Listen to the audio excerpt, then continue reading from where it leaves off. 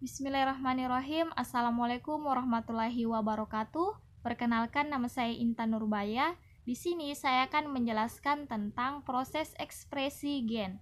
Apa sih ekspresi gen itu? Nah, ekspresi gen adalah proses di mana informasi dari gen yang digunakan dalam proses sintesis produk gen fungsional.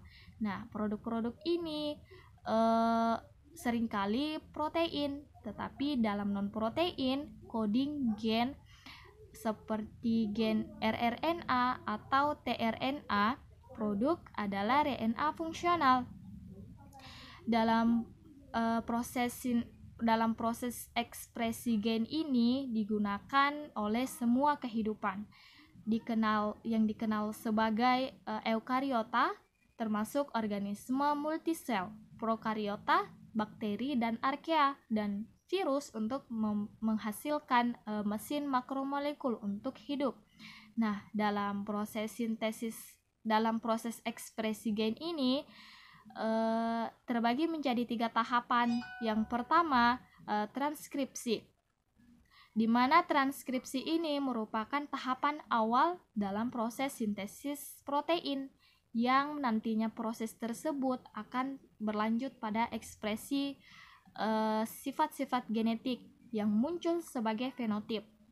Nah, dan untuk mempelajari biologi molekuler, tahap dasar yang harus kita ketahui adalah bagaimana mekanisme sintesis molekul RNA dan DNA template.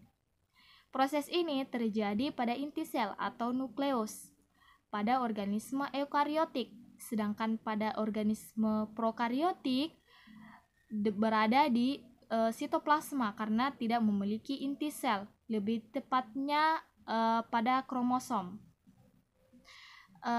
Di dalam tahapan transkripsi tadi, dia terbagi menjadi 3 tahapan lagi. Yang pertama, inisiasi atau pengawalan.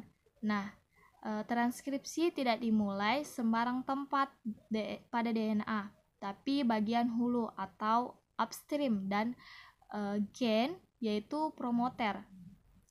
Dan yang kedua, elongasi atau pemanjangan.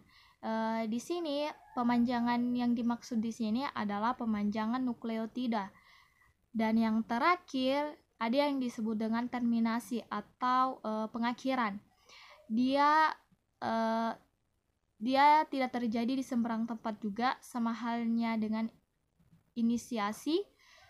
Dan transkripsi berakhir ketika menemui nukleotida tertentu berupa stop codon.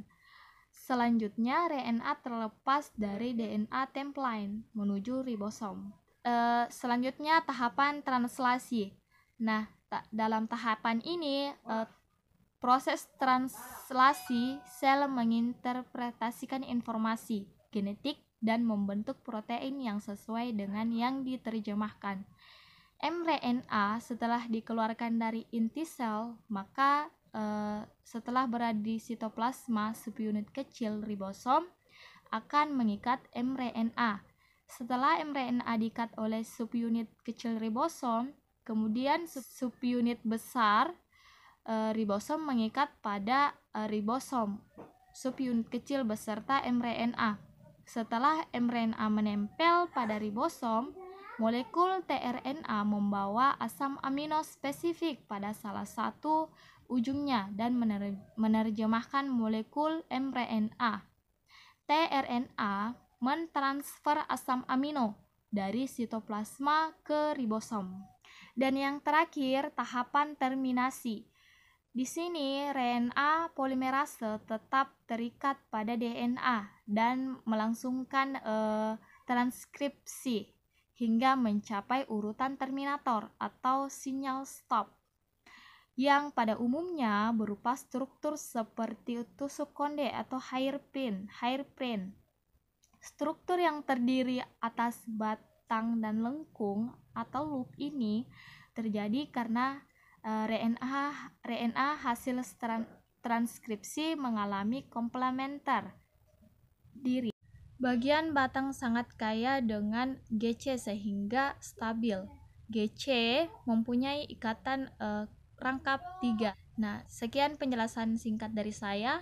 Apabila ada salah kata mohon dimaafkan. Wabillahi taufiq wal hidayah. Wassalamualaikum warahmatullahi wabarakatuh.